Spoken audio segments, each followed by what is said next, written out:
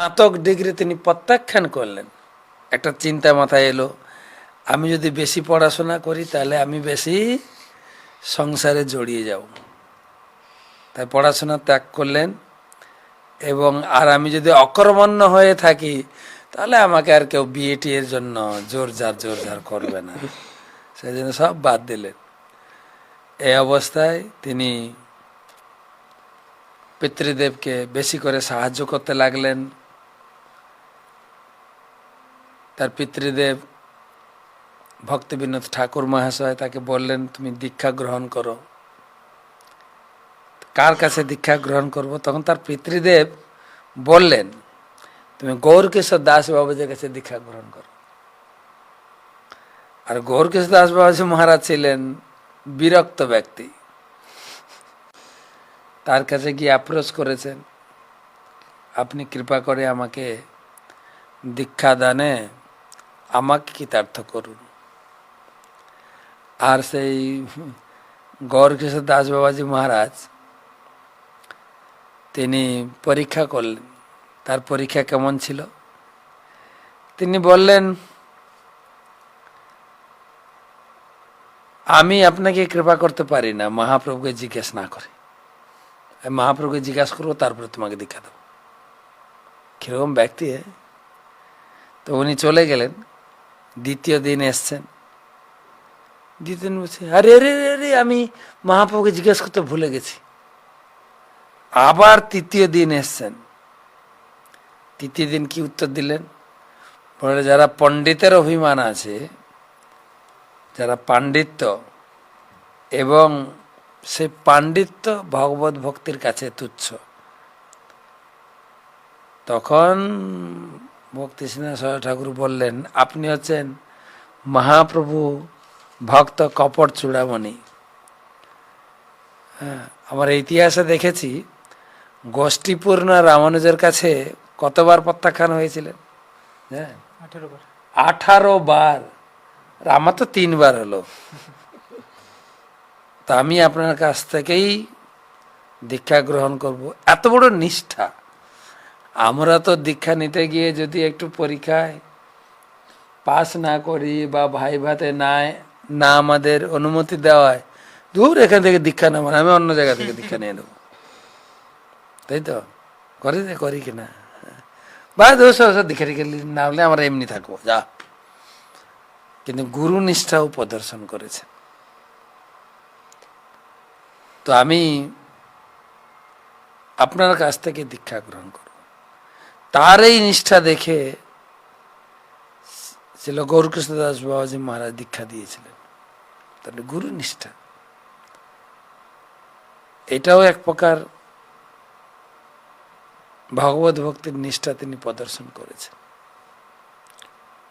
তার পিতৃদেব এবং মাতৃদেবী ভগবতী দেবী এবং কেদারনাথ দত্ত বা ভক্তিবিনোদ ঠাকুর, তেনারা যখন এই জগৎ ছেড়ে চলে গেলেন, হাত ধরে বলে গেলেন, বিমলা প্রসাদ, তুমি কিন্তু আমার গৌর নিতাইয়ের বাণী প্রচার করো। তো পিতামাতা চলে যাওয়ার পরে তিনি প্রচার শুরু করেন। বসে ক্লাস দিতেন। তার ক্লাসের আকর্ষণ বিভিন্ন প্রকারের উপদেশমূলক উপাখ্যান 2-1টা উপাখ্যান আপনারা শোনাবেন। উপাখ্যানের মাধ্যমে ক্লাস দিতেন।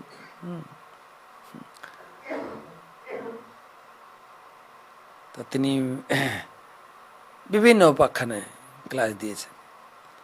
তো তখন একটা আমাদের সচরাচর একটা আলুরও চাকর নই বেগুনের চাকর নেই,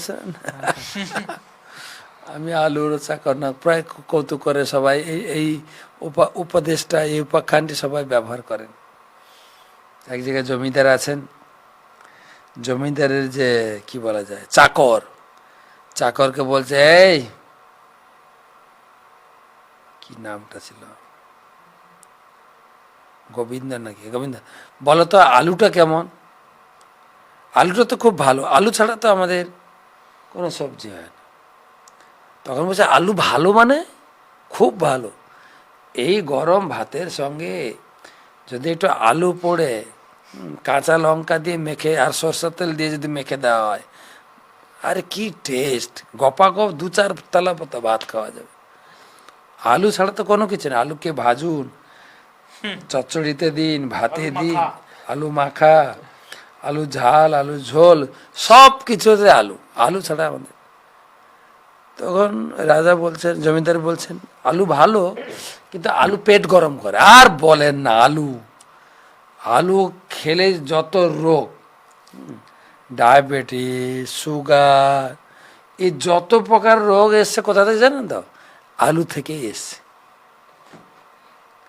তো বলছে বেগুনটা কেমন? না বেগুন তো খুব ভালো। এই শীতের দিনে যদি একটু বেগুন পোড়া যদি মেখে দেওয়া হয়, মাখন যায় কোথায়। বেগুন। তো জমিদার বলছে হ্যাঁ বেগুনটা খুব ভালো, কিন্তু বেগুন খেলে চুলকায়। আরে বলবেন না, ওই জন্য তো ওর নাম বেগুন। কোনো গুণ নাই মহারাজ, কোনো গুণ নাই, লোকে খায়ও না ওকে, বেগুন। তখন জমিদার জিজ্ঞাসা করছেন, আচ্ছা আমি যখন বললাম আলু ভালো, তুমি বললে ভালো, যখন বললাম আলু খারাপ, যখন বললাম বেগুন ভালো, তুমি তো বেগুনের প্রশংসায় মুখর একদম। যখন বেগুন খারাপ, তুমি এমন দুর্নাম করলে, চিচি, কেউ যেন না। আসলে তুমি কি বলতে চাইছো? তখন সেই চাকর বলছে, মহারাজ আমি বেগুনেরও চাকর নই, আলুরও চাকর নই, আমি হচ্ছি আপনার চাকর। তো ছিল ভক্তি সিদ্ধার্থ ঠাকুর বলছেন, এই দুনিয়া লোকটা এইরকম, ভালো মন্দ বোধ জ্ঞান নেই, শুধু তোষামদি করে, কাজ আদায় করে দুনিয়া চলছে। তো প্রশংসা আছে নিজের অস্তিত্ব বজায় রাখার যে বিভিন্ন রকম শিক্ষা তিনি তুলে ধরেছেন। এই এই এই বৈষ্ণব ধারাটাকে এত সুন্দরভাবে উপস্থাপনা করে দিয়ে গেছেন।